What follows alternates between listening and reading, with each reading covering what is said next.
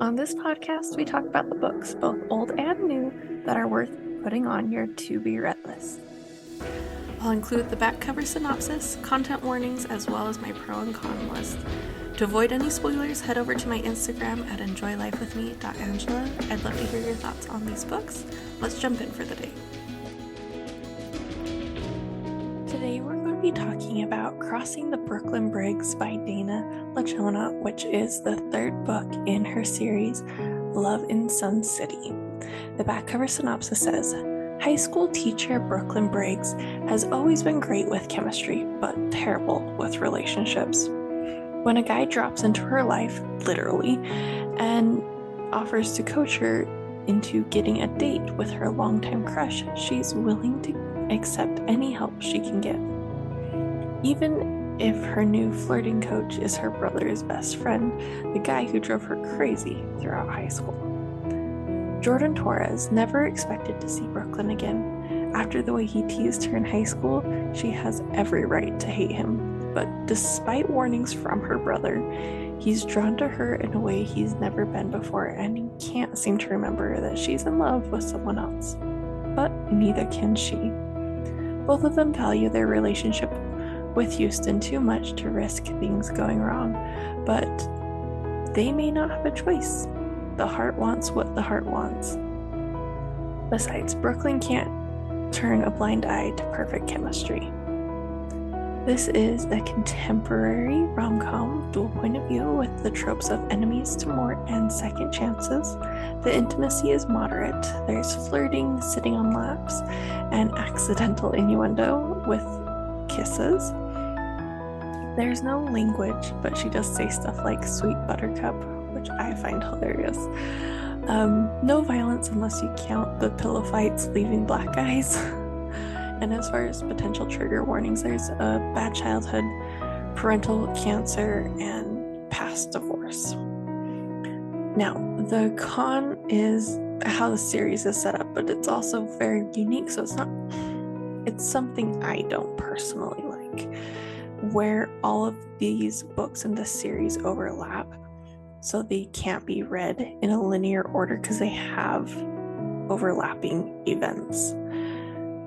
So they can all be read as a standalone, which I know a lot of people like because they'll just pick up whichever one they find most interesting.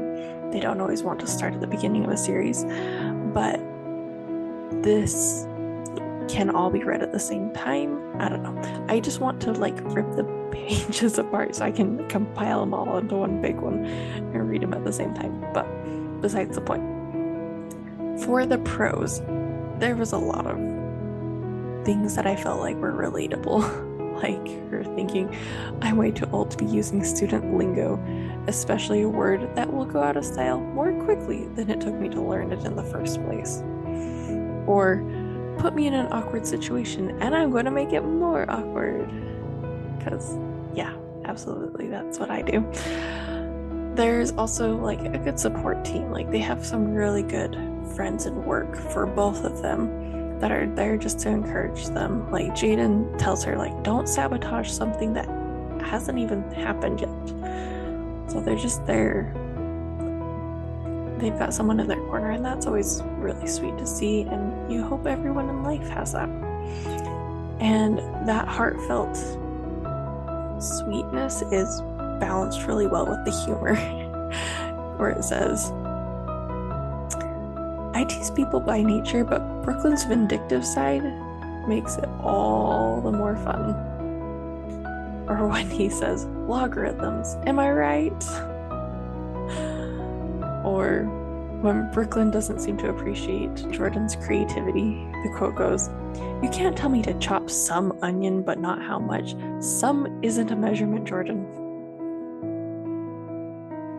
And there was some really good, thoughts, I guess, for the word, where it says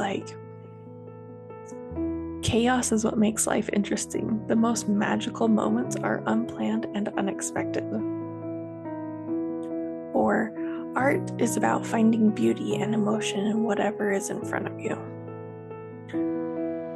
Or one of my favorites is, I've learned that life is so much better if you let things roll off of you. I shouldn't change who I am or how I live because of someone else's opinion, but they're welcome to think what they want. I feel like that is life advice we could all use. And they're a really cute couple. I love them. You're going to love them. Where it says, "Tell me I'm strong enough to get through this," I say, my voice breaking a little. "Brooklyn, you don't need me to tell you anything. Tell me anyways." "Of course you're strong enough. You're one of the strongest people I know." Like that, just those kind of moments. So cute. But then they're also balanced with the, "You're such a dork," always. My favorite part, though, is there's an epilogue with this one. And it is like chef kiss perfect. So good. I want to tell you all about it, but I'm not going to. But it's amazing. No hesitation, just going for it, and I love it so much. I want you guys to go read this series and then find me on social media so we can talk about the epilogue of this book. So I'll make sure the clickable link tree is in the show notes, and I'd love to hear your thoughts on it. As always, I'll talk to you guys soon. Happy reading.